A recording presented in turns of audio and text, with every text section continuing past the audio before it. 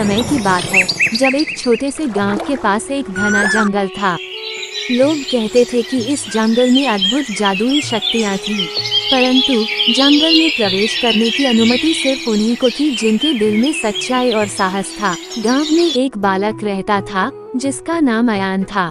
अयान बहुत ही जिज्ञासु और साहसी था। वह जंगल की कहानियां सुनकर बड़ा हुआ था और हमेशा उसके रहस्यों को जानने के लिए उत्सुक रहता था।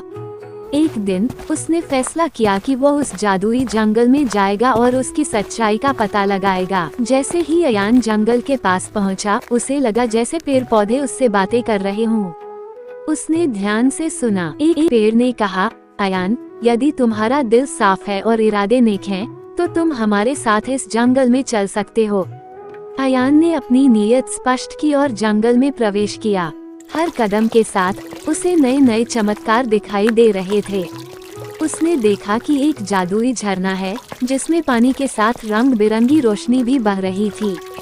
वहाँ पर खिले फूल जैसे किसी अनदेखी भाषा में बातें कर रहे थे। थोड़ी दूर चलने के बाद अयान को एक बुद्धिमान उल्लू मिला जो उस जंगल का संरक्षक था। उल्लू ने अयान को देखा और बोला, तुम यहाँ क्यों आए हो बालक? अयान ने विनम्रता से कहा, इस जंगल की सच्चाई जानना चाहता हूँ और सीखना चाहता हूँ कि यहाँ की जादुई शक्तियाँ कैसे काम करती हैं। उल्लू ने कहा, जंगल की जादुई शक्तियाँ केवल उन लोगों के लिए है जो इसे दूसरों की भलाई के लिए उपयोग करना जानते हैं। अगर तुम सीखने के लिए तैयार हो तो मैं तुम्हारी मदद कर सकता हूँ। उल्लू ने उसे जंगल की गहराइयों में ले जाकर एक रहस्यमय तालाब दिखाया। ये तालाब सत्य का दर्पण है, उल्लू ने कहा। इसमें देखो और तुम्हें अपने सवालों का जवाब मिलेगा, लेकिन याद रखना, जो भी देखोगे उसे समझदारी से समझना। अयान ने तालाब में झांका। उसने देखा कि उसकी छवि के साथ साथ उसके जीवन की कुछ घटनाएं भी दिख रही थीं। उसने देखा कि कैसे वह कभी कभी अपने दोस्तों के साथ झगड़ता था और अपने माता पिता की बात नहीं मानता था। ये देखकर अयान को अपनी गलतियों का एहसास हुआ। उसे समझ में आया कि अगर उसे जादुई शक्तियों को समझना है तो पहले उसे अपने अंदर की गलतियों को सुधारना होगा। उसने उल्लू से कहा, मैंने अपनी गलतियां देखी हैं और अब मैं उन्हें सुधारने का वादा करता हूँ। उल्लू ने संतोष से सिर हिलाया और कहा, ये पहला कदम है अयान।